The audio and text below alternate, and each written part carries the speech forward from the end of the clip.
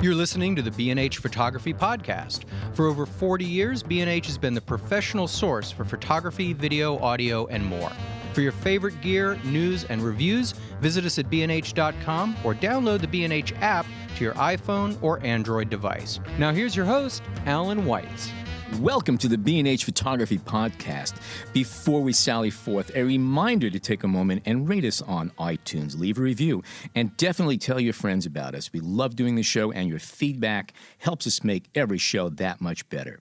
Today, John Harris and I will be talking with Michael Cunningham, a retired detective, first grade of the New York Police Department and crime scene unit expert, who is currently a manager at Leeds, LLC, a company that provides solutions and software for investigation, incident, and intelligence management. He's also the author of Crime Scene Unit Management, A Path Forward. Today's episode is one that John and I have been looking forward to doing for quite some time, and we owe a tip of the hat to our colleague Jill Waterman for helping us get in touch with today's guests. We often talk about gear, technique, and the art of photography on the show. You know, the sexy stuff, the stuff that you, me, and every other photographer all like chatting about. But today we're going to focus on a very practical working application of photography, specifically crime scene unit photography. Anyone who's seen a police drama on TV is familiar with the officer in a windbreaker taking photos of the crime scene. But today we'd like to dig a bit deeper to understand how crime scene photography really works, what goes through the mind of a forensic photographer as he or she surveys a scene, what shots are crucial, how are the images stored and ultimately utilized in solving and prosecuting a crime. Welcome, Mike. Great to have you here. Thanks, Alan. It's my pleasure.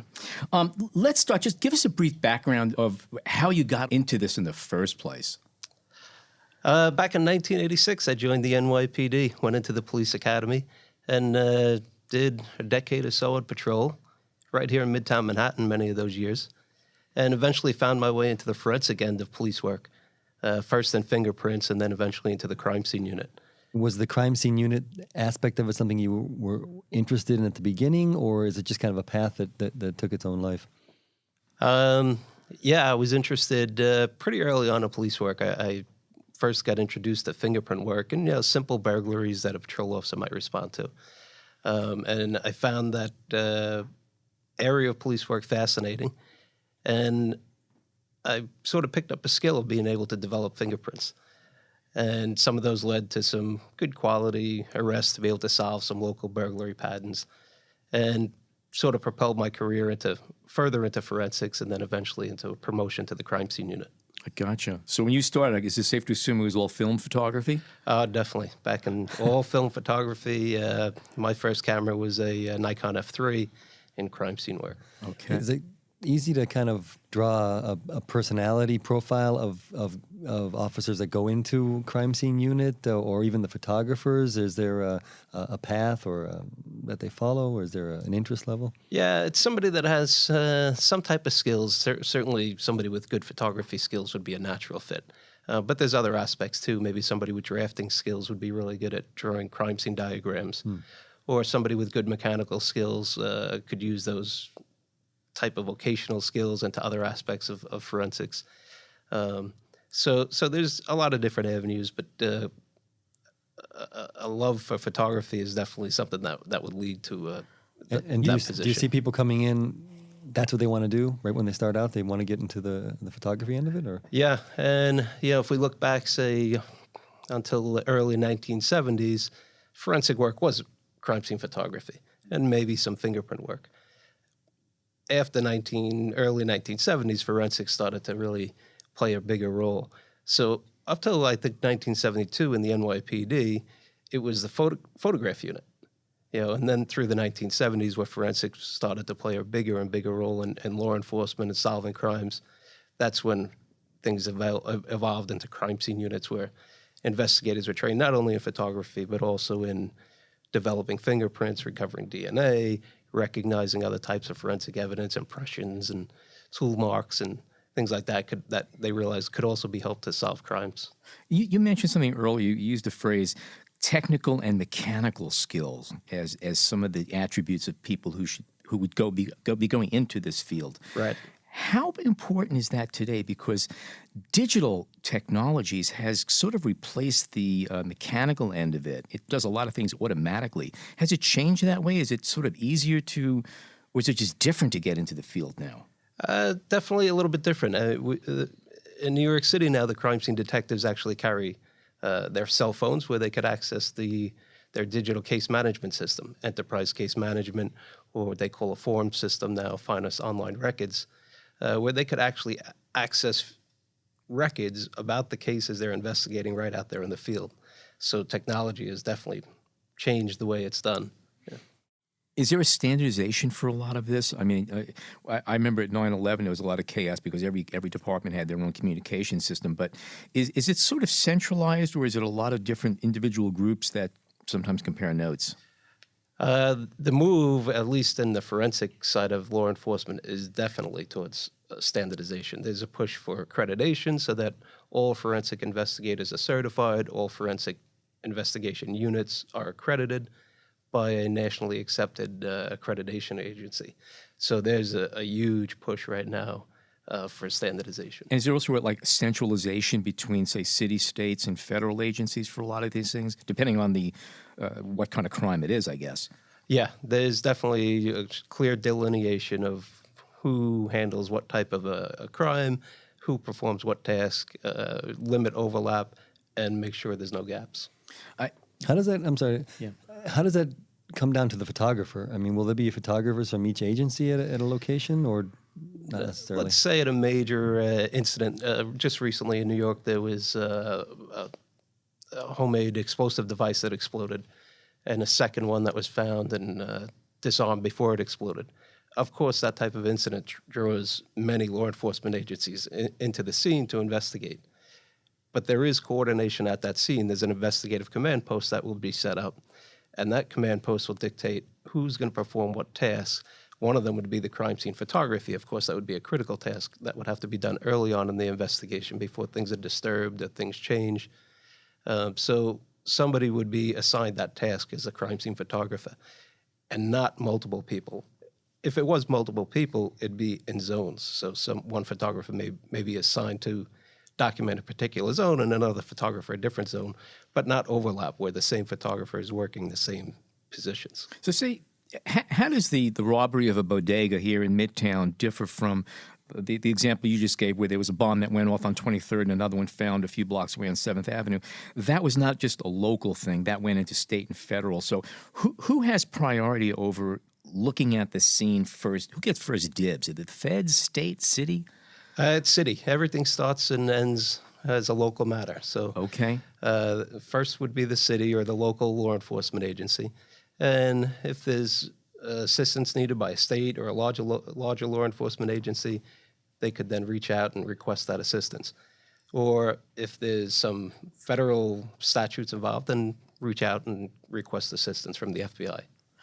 Obviously, if you're going to do your job right, things have to be untouched.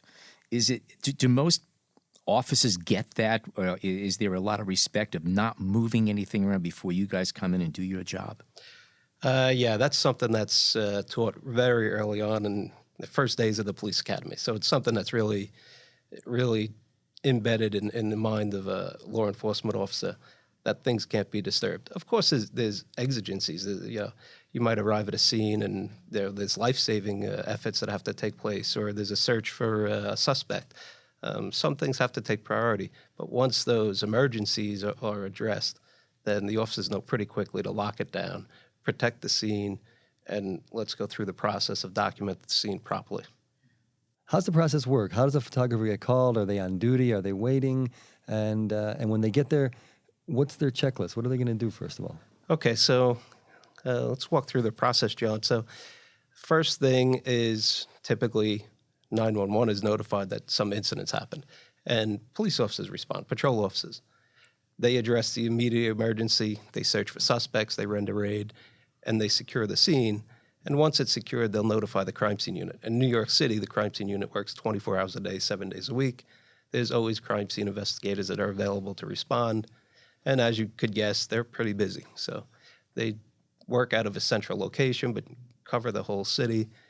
And they're moving around quite a bit, but they're always available. So they'll be notified, they'll respond to the scene, and upon arrival, they want to gain some real basic facts.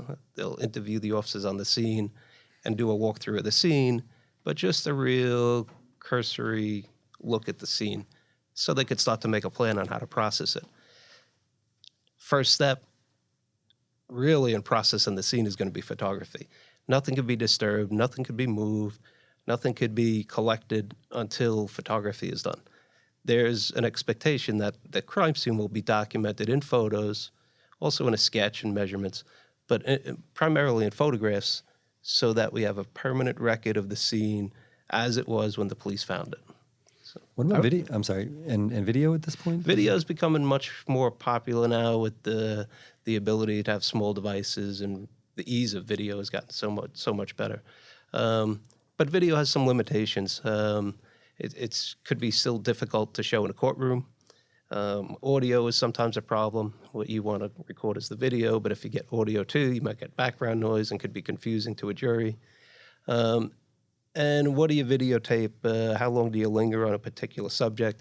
It could start to put bias into it. So still photography is really the preferred method. And are the officers at that point thinking ahead to the prosecution and the trial, or is it still at this point just the solving of the case, or they blend one together? Yeah, early on, it's a teamwork approach. So a detective, usually from the local precinct, is assigned to the case. They're the ones ultimately responsible with solving the case, making an arrest, bringing the case to some conclusion somehow. The other players, like the crime scene investigator, are his teammates, basically.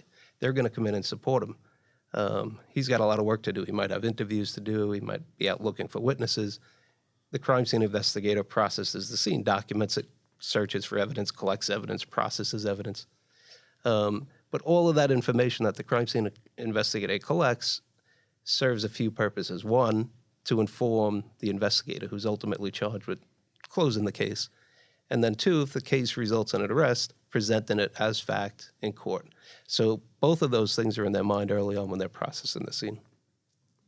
When you started, what kind of camera? You said you'd used an F3. Yeah. What other kind of gear did you use in the analog days? And I'd like to ask about some of the digital equipment that's going on now. When I first got to the unit, F1s were popular. I was lucky enough to get an F3.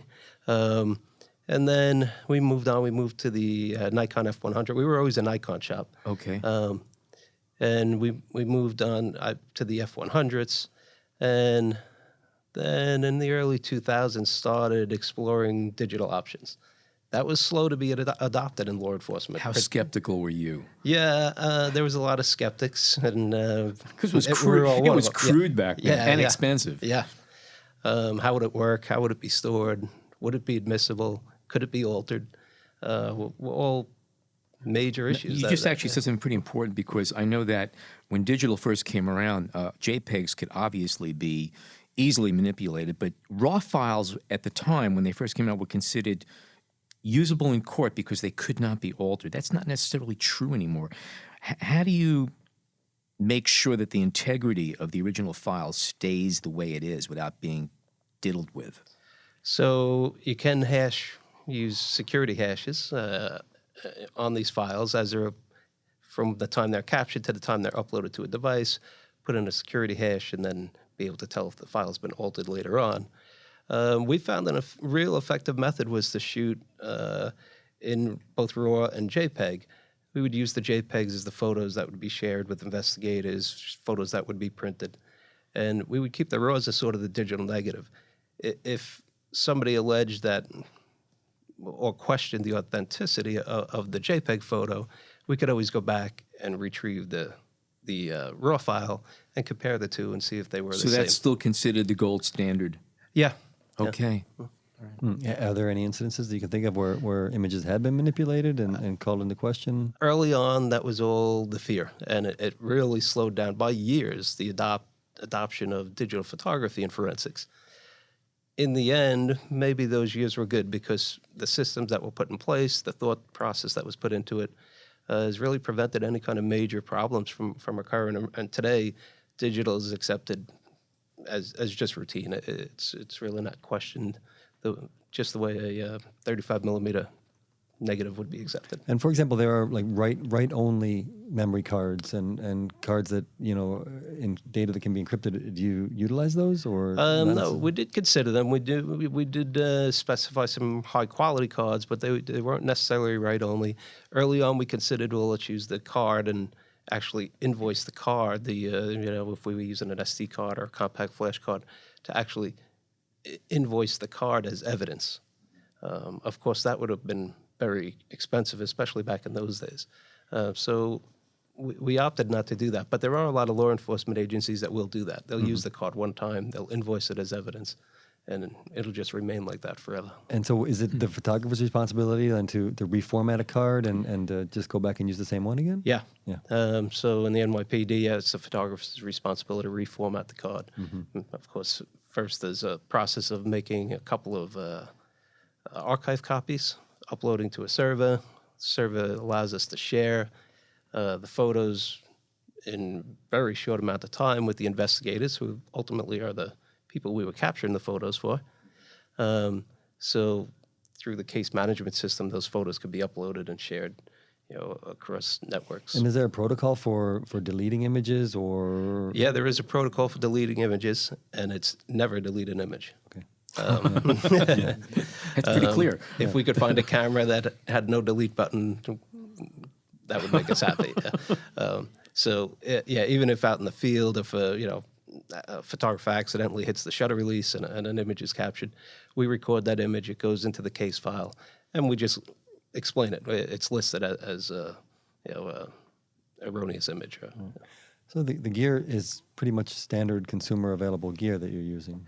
Yeah? Yeah, for forensics, it's the higher quality and professional quality photography equipment, because the requirements for some of the photographs that are captured are very high.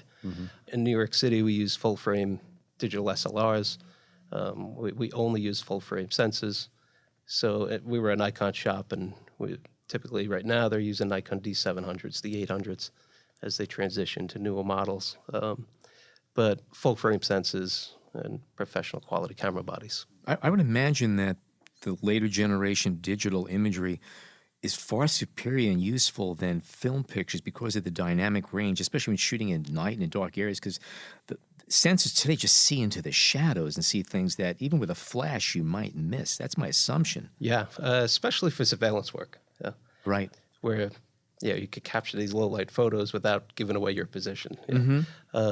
But in forensic work, we still try to keep control noise by using very low ISOs. Yeah. Interesting. And always with flash?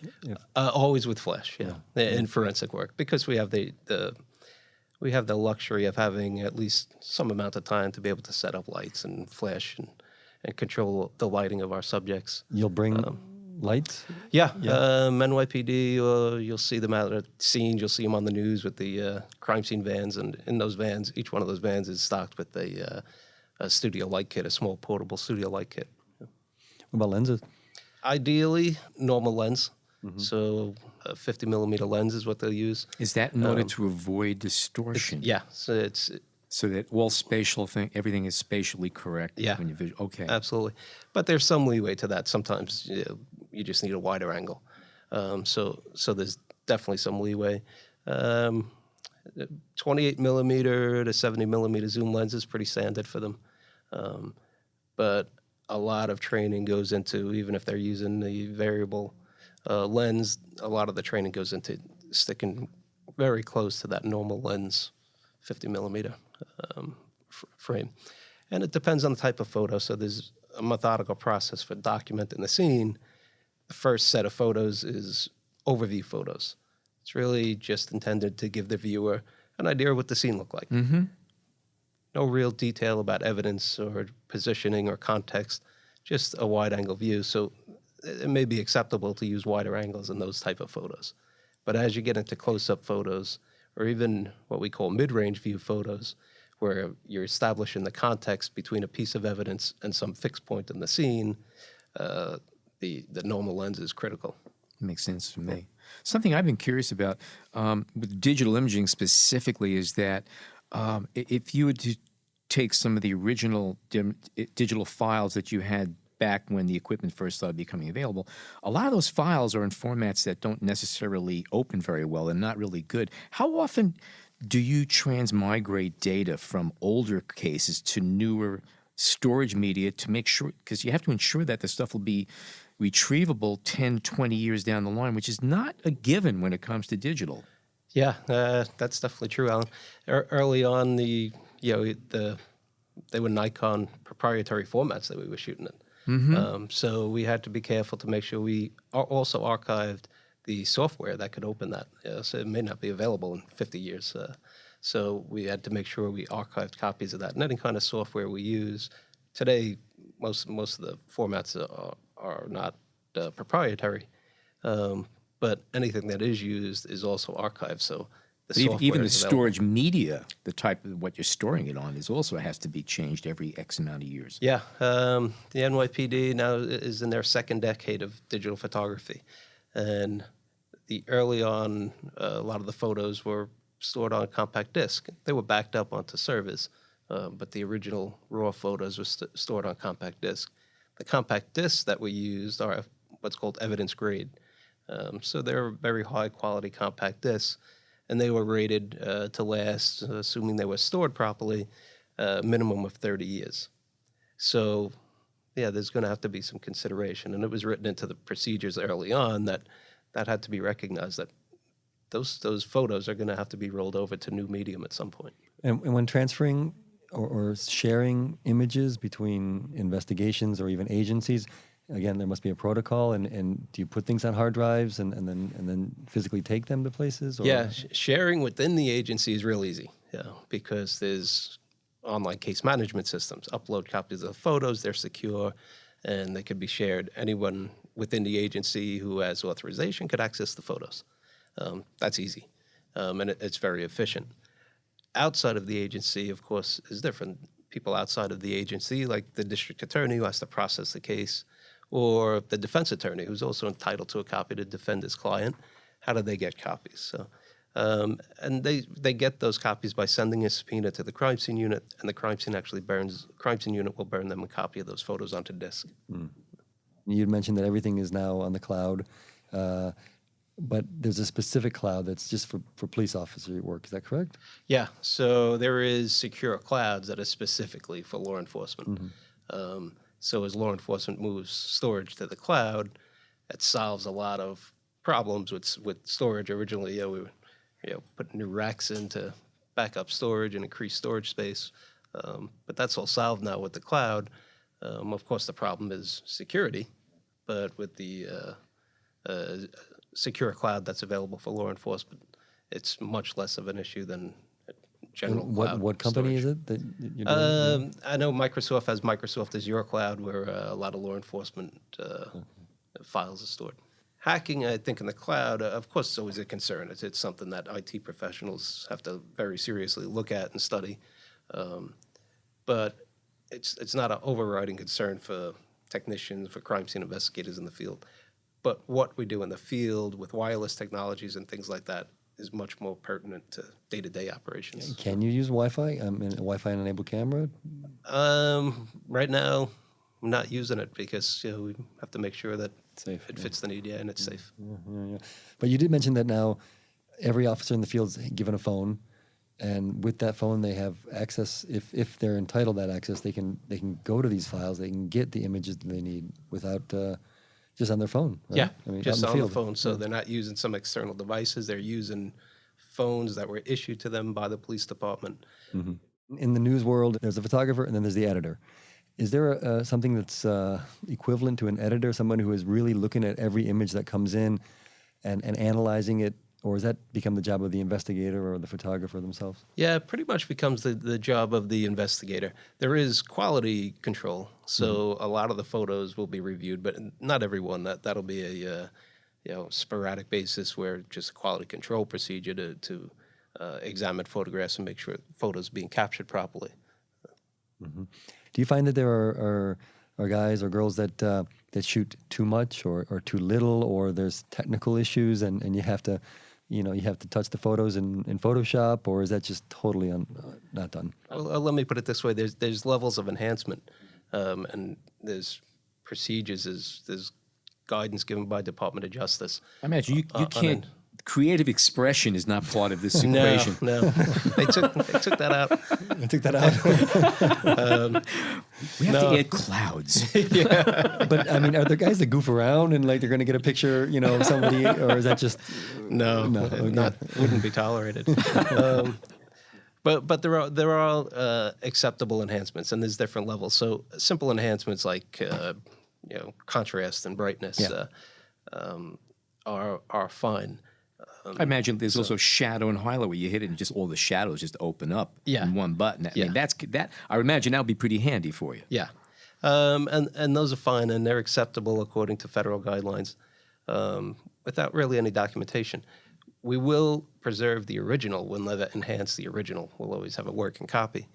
Okay, there's your raw file. That's right. Yeah. If anybody questions it, you go right back. Yeah, and then there's level 2 enhancements that may, color channels and all sorts of different techniques, especially in fingerprint work where you want to eliminate a background to bring out a fingerprint. Much more detailed enhancements. Those require that every step of the enhancement process is recorded. Luckily, Photoshop in makes that Photoshop? easy. Is that what you guys use? Yeah, so Photoshop is typically used. And luckily, that'll record all the steps, right? Mm-hmm. You could record all your steps because you're going to need a record of all the steps you took to create the enhanced image. And in court, in order to get that admitted, what you would have to do is produce the original, produce all of the lists of the steps that you took to create the enhancement. And the idea is that the defense or another expert could look at that and say, and could create the same thing you created. Could start with the same original, do all the steps that you did, and create the same enhancement. And that's what would be required to get it admitted. So level 2 enhancements require a lot more documentation. Do you use any sort of infrared or ultraviolet imaging on crime scenes, or is this all straight? Funny that with all of the benefits of digital photography, one of the things we lost early on was infrared, because the cameras all have infrared filters built into them, right? So we could no longer do a lot of the work we were doing with infrared, especially in handwriting analysis, where we could use infrared light to create certain different versions of handwriting. So if somebody used 2 different inks, added a digit onto a check, but used 2 different inks, the infrared light may make 1 digit drop out, and a different wavelength of infrared light would make another digit drop out, and you could determine that it was different wavelengths. But there are digital cameras that will record there, Yeah. or standard cameras that could be modified. Do you use any of these? Yeah, so the Fuji IR camera came out, and that was great. That solved that problem. The Fuji IR camera came out with came with a kit with all of the IR lenses that we needed, and really solved that problem. And those things were just excellent. We're going to take a break. When we come back, we're going to talk about new technologies in forensic photography.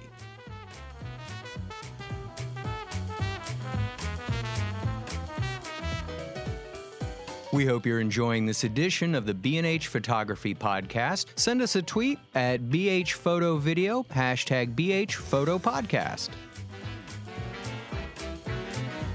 We are back. Mike, we want to take a step back a little bit and talk about the levels of photography that are used in forensic imaging. You have your basic imaging where it comes in, they just document the scene. Then you have a little more advanced. Could you get into that a little bit more? Things that general scenes, and then you're looking for specifics. What are they, and how do you do it? Yeah, John asked before about the process, and I was talking about capturing the scene in wide-angle views and then moving into what we call mid-range views to relate the item of evidence to a fixed point in the scene, and then close-up views of an item of evidence that show the details of the item. Maybe the serial number on a firearm wouldn't be readable in the overview photo, but it would be in the close-up. But in the close-up, you wouldn't be able to tell, well, what's the context? Where is the firearm within the scene? So it takes all of them to paint the picture. But there's another class of photos that I would call scientific quality photos. So scientific quality photos is where the photo actually becomes an item of evidence that needs to be examined in a laboratory. And that takes place with impression evidence, tool marks. So let's give an instance of a bloody fingerprint found on a concrete wall. the concrete wall can't be collected and taken into the laboratory to be examined. So it's going to be the photograph of the fingerprint on the wall that actually serves as the evidence. It's actually going to be the item that's examined. Those scientific quality photos require a lot more diligence in capturing them, and really, those type of photos are what dictate the need for high quality photography equipment and crime scene work. I imagine that to some degree, talent plays a role. I mean, you need to understand angles and how light bounces off things to get as much information as you possibly can.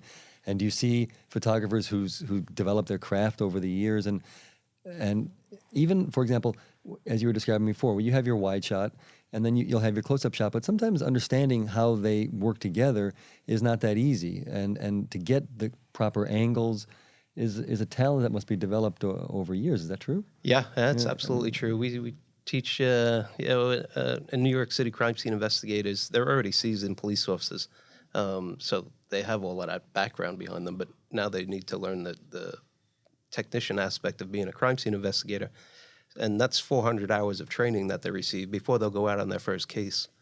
Is there an apprentice program, or do they train you and just send you out? No, after that initial 400 hours of training, they'll go out with a seasoned investigator. The investigator will be the lead crime scene investigator on the case, while the newer assigned crime scene investigator observes and assists.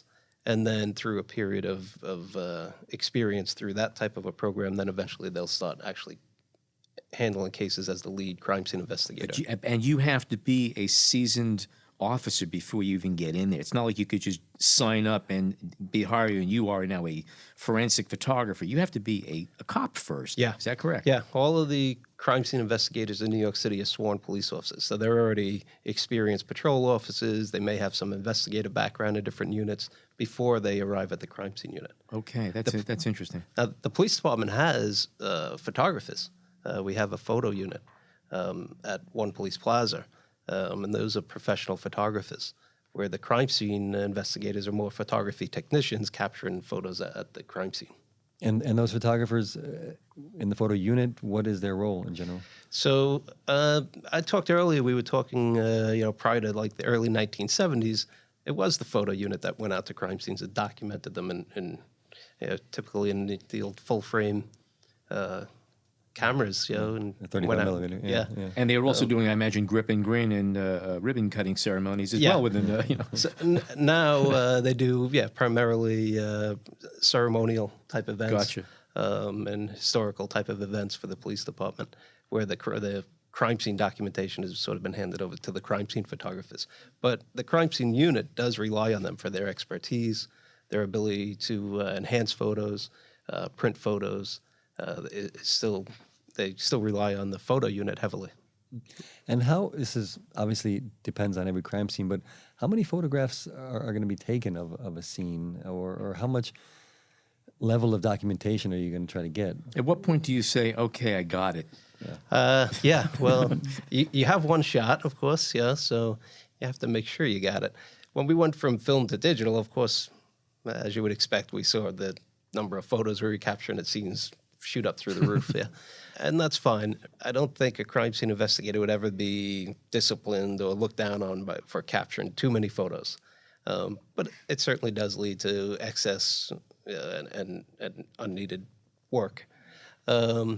So basically, you want to capture the scene.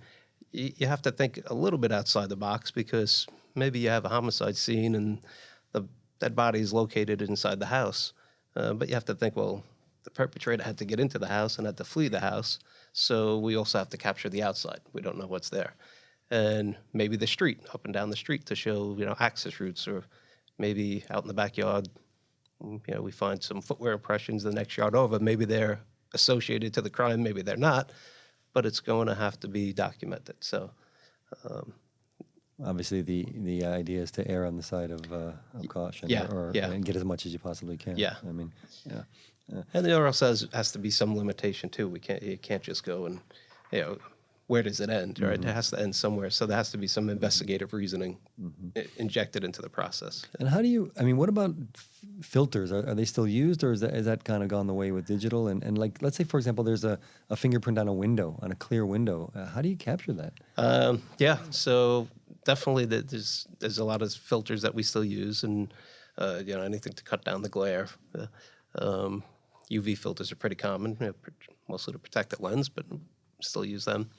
And circular polarizing filters to cut down glare. And sometimes you get evidence that's in a puddle of water on a rainy day, and it's very hard to capture a shell casing in a puddle of water because, of course, you get the glare from the sky, and the polarizing filters would help tremendously with that. So. What about axial lighting? Can you explain that a bit? Yeah, so I use more with the close-up photography work, but we will use that. We'll use a lot of slave units, slave flashes that create axial lighting, or even handheld lights, especially with three-dimensional impressions. Say a footprint impressed in dirt. Probably the photographs of the footprint are going to be better evidence than a plastic cast of the footprint. The plastic just doesn't pick up enough detail sometimes. But the photograph typically will, but the lighting requirements to create shadowing and to show the details of the impression become really important. So the lighting on something like that is really critical. And a series of photos would be required, moving the lights in different positions. One photo might reveal good detail in the toe of the footwear impression, and the other one might record good detail on the heel of the impression based on the lighting. Is it safe to assume that the mold is still taken of a footprint? Yeah, definitely. So I imagine that has certain attributes because, again, if there's a question about shoe size specifically and things of that. We'll have shoe size, shoe brand, but the small, minute defects are what make that footwear impression unique. So, if we were all wearing Bruno Magli shoes, size 10 Bruno Magli is an expensive shoe, but there's a lot of them. And that's all I wear, by yeah. And I'm a size 8.5, but I still only 10s. And I bring up Bruno Magli. That brings us back to oh, yes. OJ. I knew exactly where you were coming from. But those shoes are all the same when they're made. They may mass produce them, right? Maybe they produce hundreds of pairs of shoes. They're all the same. And as OJ said, they're ugly. Yeah, he would never wear them. As you wear them and you step on maybe a piece of glass or a piece of metal, and it results in small defects in the shoe. The way you walk, the shoe wears a different way than somebody else walks. Yeah. So these, we call them accidental details, right? So these accidental details that go into now the footwear are what we're looking for in that footwear impression. And typically the plastic cast doesn't pick those small accidental details up, but photography picks it up extremely well, provided the proper lighting is used. Yes, that's right. Yep. So it sounds like, Alan talked about this a bit earlier, having shot in all kinds of situations, it takes time. And it takes, moving light setups, and you need a couple people, you need time. Is there pressure on these guys to get this stuff done, or are they really given the time they're needed to do the work? That's a good question. Yeah. Sometimes there can be a little bit of pressure, but it has to be managed because the end result needs to be good quality evidence. And I would imagine weather could also be a thing. I know it's raining or it's snowing. You got to work extra fast because evidence is just going away. Sure. I've had crime scenes where, as you're starting to photograph the crime scene and process it, you hear the thunder rumbling in the background, and your time is limited. So those are things that you can't control, but some pressure you can control. So anything that can be controlled should be controlled, and typically it is. The first round of photos document the scene in that as-is condition, allow you to move in closer, and now you could start moving things and maybe start searching the scene, to see what's there. Or maybe there's a firearm at the scene, and you want to pick it up and see, is it loaded? Was it fired? How many rounds were fired from it?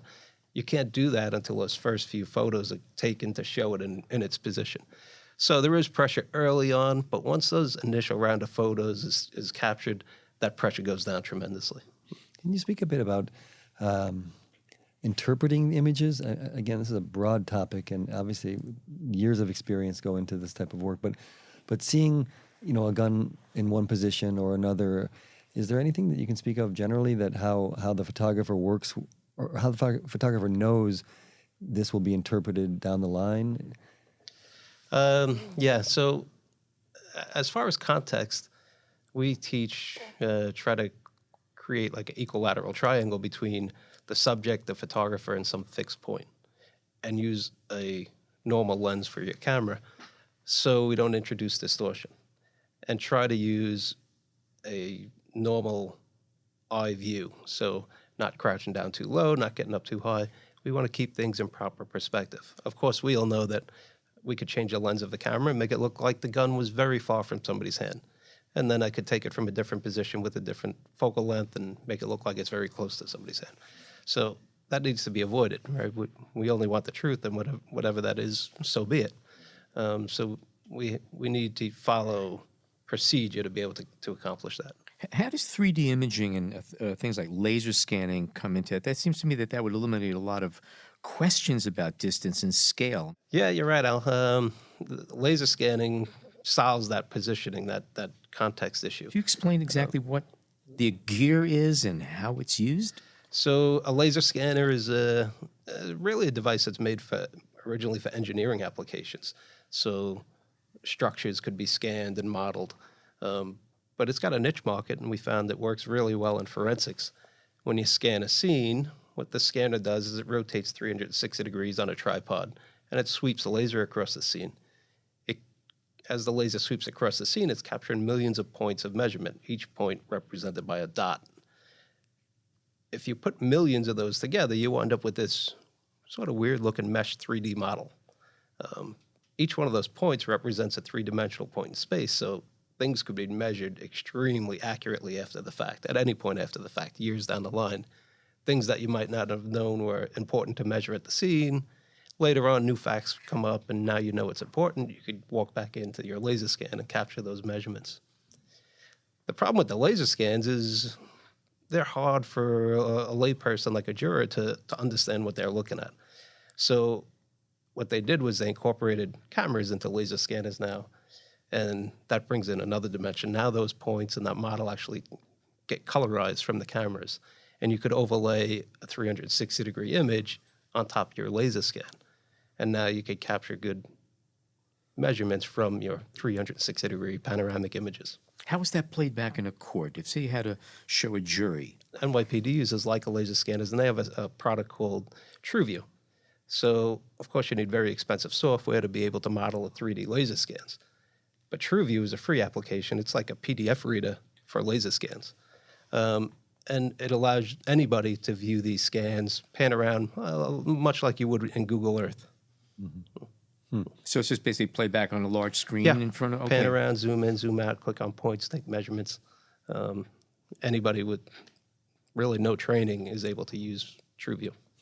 You'd spoken earlier on PanoScan technology. Is that something that is still being used, or is it already eclipsed? No, NYPD has cameras, they're medium format cameras, similar to the laser scan, but takes the laser part out of it and just captures very high resolution 360-degree panoramic images of the scene. The laser scanner captures 360-degree images, but the resolution is nowhere near what the PanoScan achieves. It's a medium format camera.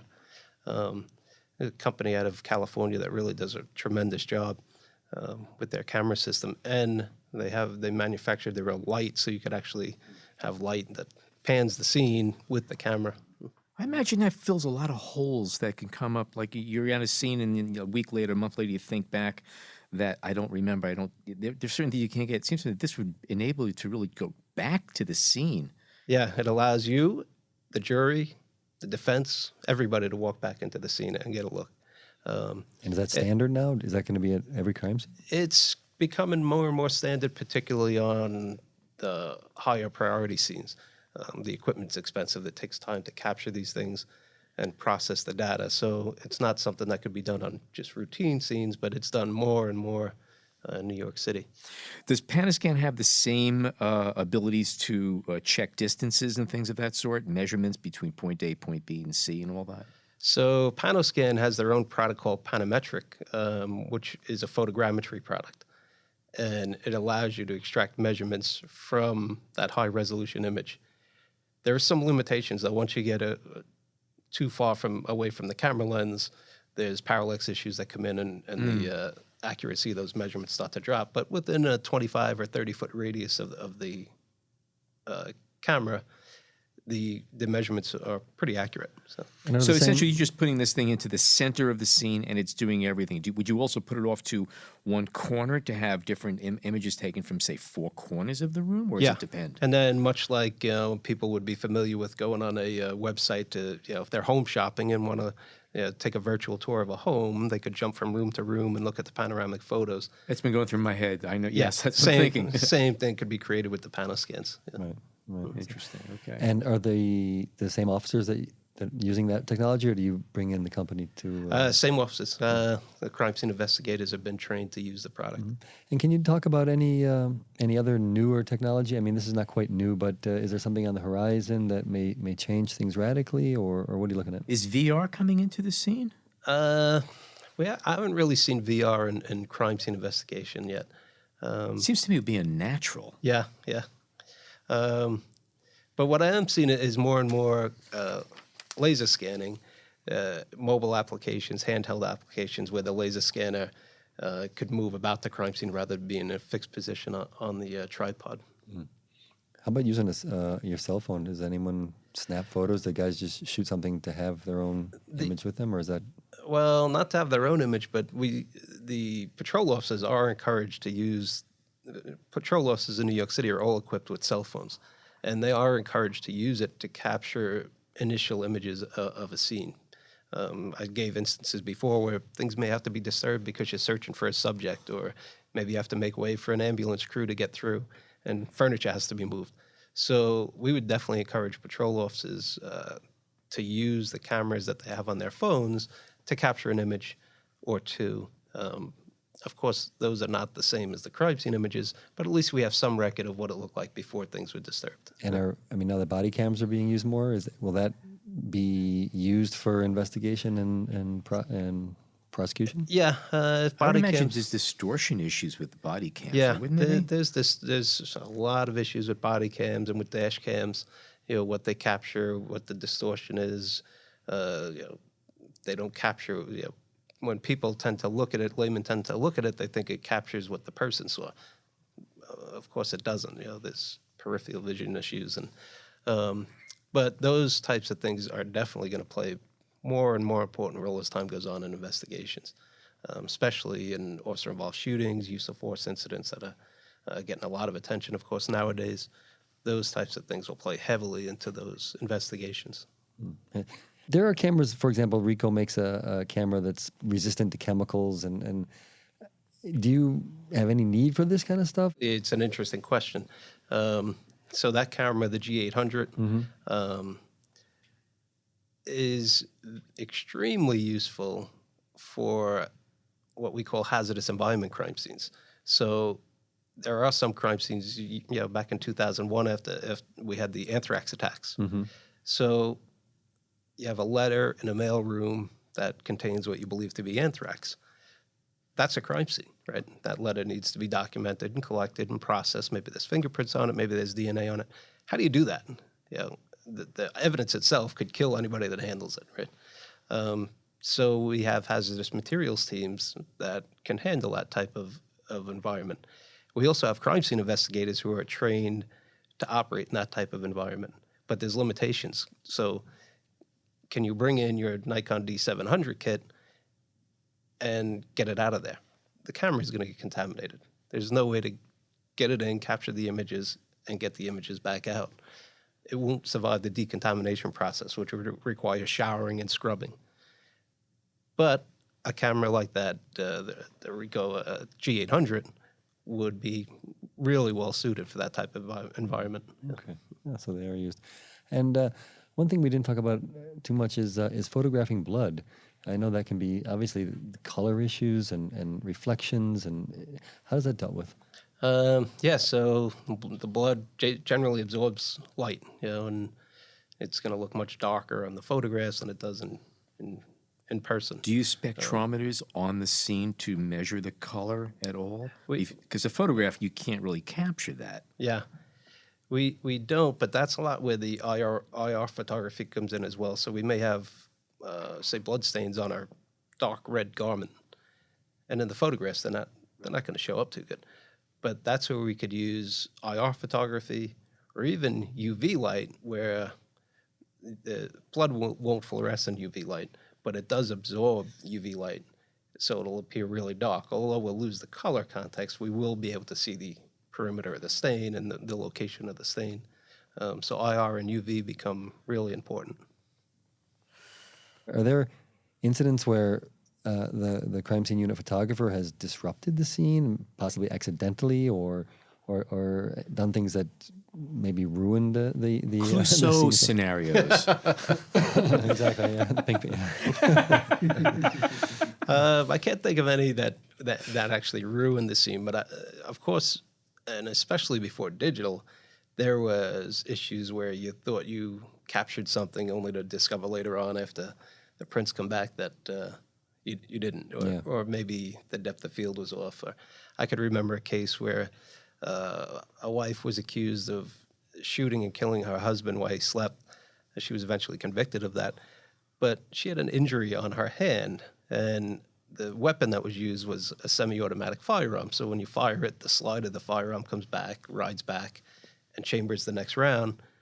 And if you're not experienced with handling firearms and you hold it in the wrong position, when that slide comes back, it may cut your hand up around your thumb because you're not familiar with the firearms and you had your hand in the wrong position. That seemed to have occurred in that case, and we had some photographs of this woman's hands showing that injury, and we thought it was going to be critical evidence, but when the prints came back, the photographer had the subject stand with the hands out and had the point of focus down on the floor down below. Oh.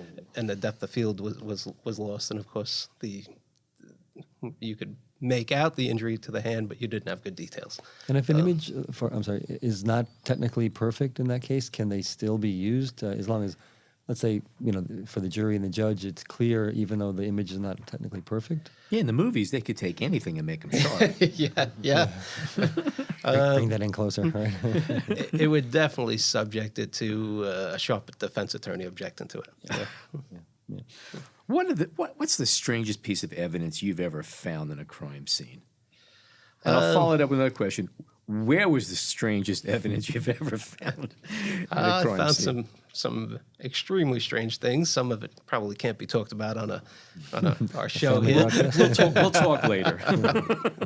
But I remember one case when you talk about the strangest place that I had to go was in New York City several years back. The Thanksgiving parade was held, and of course they have the big giant floats. And on Broadway, as the M&M float was coming down, a gust of wind hit the M&M balloon and blew it off course a little bit, and it wound up taking down part of a streetlight pole. And unfortunately, there was a young girl that was seriously hurt. So there was a lot of uproar over that. How could this happen? And this poor girl was out to enjoy a nice day to watch the parade and was injured. So the mayor promised that there'd be a full investigation. That investigation resulted in me having to go track down the M&M balloon. And I come to find out. Did you have a warrant? It was the blue M&M. Were agents sent to airports and bus terminals? So I located the blue M&M out in Hoboken, and that's where Macy's factory is, where they make the floats, and all the artists are there to paint them and design them, and a really fascinating place. But that was an unfortunate incident, but it was very interesting. I had to go there, track down the M&M balloon, and examine it, photograph it. And What kind of evidence were you looking? It was deflated at that point, right? it was deflated, but And depressed. we Depressed, brought yeah. it out and actually reinflated it Right. on their floor there, their work floor. But is that considered a crime? We weren't sure. In the end, it wasn't a crime. It was really just a tragic accident. And what were you looking for? How did this happen? I'm assuming you what didn't was its interrogate this balloon. No. He lawyered up. Well, this has been an education. Really has been. Mike, before we end the show, you retired a few years ago, and you're still working. Could you tell us a little bit what you're up to right now? You're with Leeds. Tell us about that and anything else you've done since you retired. Yeah, so I left the police department in 2012 after a lot of consideration, but I was in my 27th year, and I decided to pursue some other opportunities. So I work for Homeland Security. I'm an instructor. I work in their hazardous materials investigation team for forensic incidents. And we travel around the country training first responders and how to process crime scenes that are contaminated, like the one we talked about earlier with the anthrax situation. And then I also I'm a manager at Leeds LLC.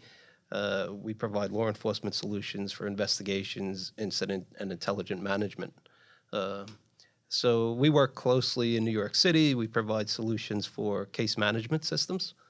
And they're solutions that, especially for photography, could manage your digital photos, put them in the proper case folders, share those case folders with investigators. So criminal investigations, teamwork. You might have a homicide, and the detective's assigned to investigate the homicide, but it needs the crime scene investigators to process the scene, document it, collect the evidence. A lot of players wind up involved. How do you manage all of that information? We talked about this digital technology now. How do you manage all of this information? So our systems allow them to manage it, share it, secure it, and archive it. So that's what we do. And so your clients are police departments around the country? Yeah, strictly law enforcement. So you're still very much in the game. Yeah, not out there as much as I'd like to be out there investigating the incident, but I'm still in the game. One question I can't resist asking you: where does the police department get their gear? Same place everybody else, B&H Photo. So, Really? yeah, we're a big B&H customer, and a lot of the gear came through B&H, and we had a really good relationship with them, and they always had what we needed. We were a Nikon shop; they had everything we needed, usually right in stock. So, and plus being in New York City and having B&H Photo right here, and being able to get the support from them. How often do you guys how often do you re-up? How often do you look to buy a new set of cameras, or is that? It's, of course, for a large crime scene unit like New York City, there's 60 or 70 crime scene investigators. Equipping them all with new camera kits could be quite costly. So it can't be done on a whim, but they are cognizant of keeping. So you keeping up cycle with through stuff in technology. little series. You go through and replace them in bunches. And of course, being a Nikon shop, if we stick with them, then we have the glass. We don't have to replace the whole kit. We could just replace camera bodies. Yeah. Did you guys ever just reach out to Nikon to see if they could do something for you? Nikon was great too. Nikon has a forensic program within Nikon. They provide a lot of training, no cost. That's so because we were a Nikon shop, we were entitled to that too. They also had a nice option where we could borrow special gear from them. So it wasn't very often, but if you were registered. Is that Nikon Professional Services you're referring to? Yeah, okay. Yeah. So we were able to borrow, for a specific purpose, maybe a special lens or something if we needed it. Right. And I guess this is like an open bid process. You have to look to everybody, and B&H met the cost. When the city's purchasing, they have their purchasing requirements they'll follow, and a lot of larger purchases go out to bid, and the winning bid gets the contract. And they went to B&H. Thank you to our guest, Mike Cunningham. Thank you to my producer, John Harris, and to Jason Tables. And most of all, thank you, our listeners, for tuning in all the time. Remember to leave a review on iTunes if you have a moment. And if you have any questions or comments, send them to podcast@bhphoto.com. And as always, thank you so much for joining us today.